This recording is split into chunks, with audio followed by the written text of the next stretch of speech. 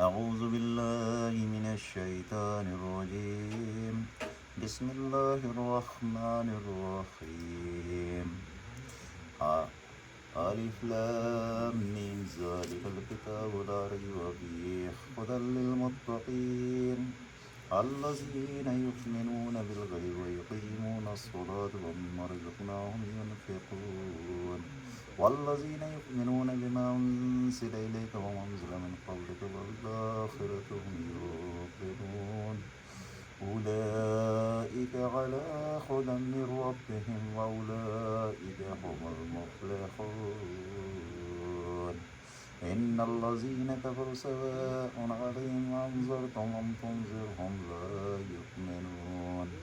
ختم الله على قلوبهم وعلى سمعهم وعلى أبصارهم غشاوة ولهم عذاب عظيم. ومن الناس من يقول آمنا بالله وباليوم الآخر وما هم بمؤمنين يخادعون الله والذين آمنوا وما يخدعون إلا أنفسهم وما يشعرون. في قلوبهم مرض فزادهم الله مرضا ولهم عذاب أليم بما كانوا يكسبون.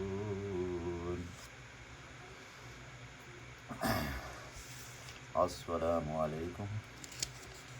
جیسا کہ آپ کو یاد ہوگا میں نے پچھلی درس میں سورہ بقرہ کی پہلی 5 آیت کو تلاوت کیا تھا اور بیسک تفسیر پیش کیا تھا. جس آیت جو 5ویں آیت تھی اولئک علی ہدی من ربہم واولئک هم المفلحون، یہ لوگ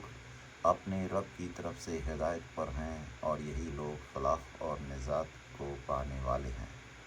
اب ہم اگلی 5 آیت جو 6 آیت سے لے کے 10ویں آیت تک آج ہم تفسیر کریں گے. ان الذین کفروا وسواء علیہم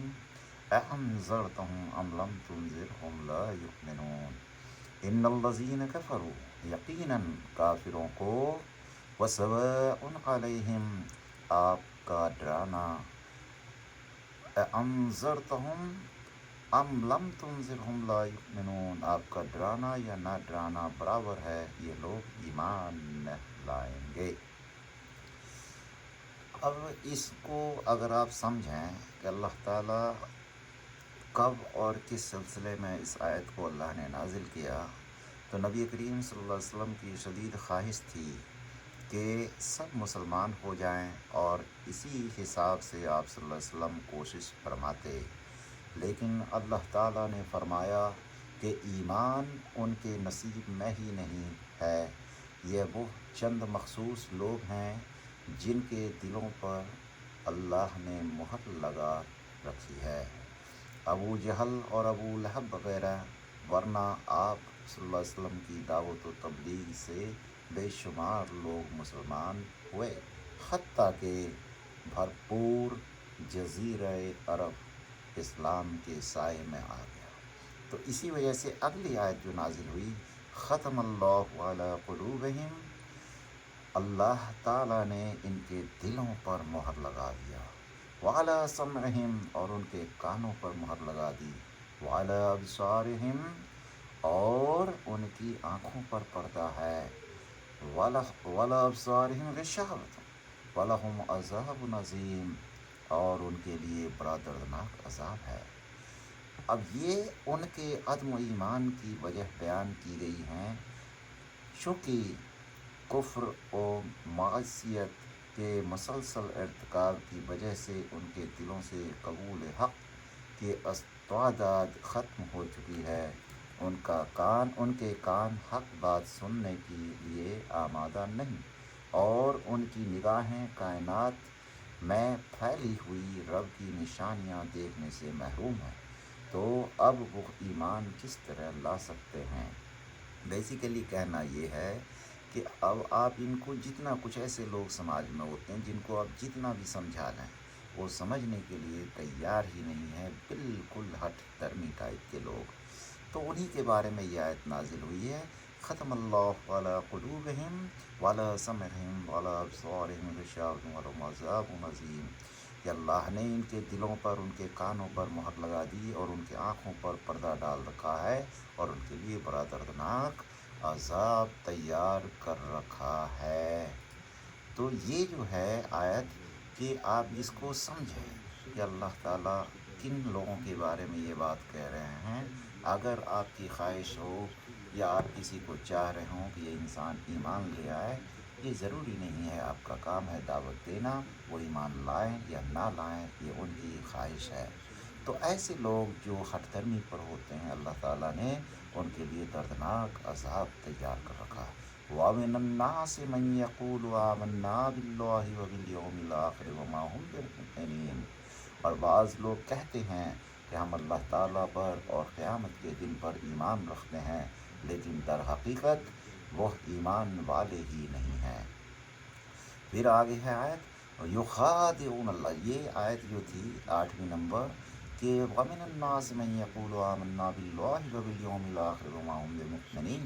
اور بعض لوگ کہتے ہیں کہ ہم اللہ تعالیٰ پر اور قیامت کے دن پر ایمان رکھتے ہیں، لیکن در حقیقت وہ ایمان والے ہی نہیں ہیں۔ ایسے بہت سارے لوگ ہیں جو آج کے دور میں بھی آپ دیکھ سکتے ہیں،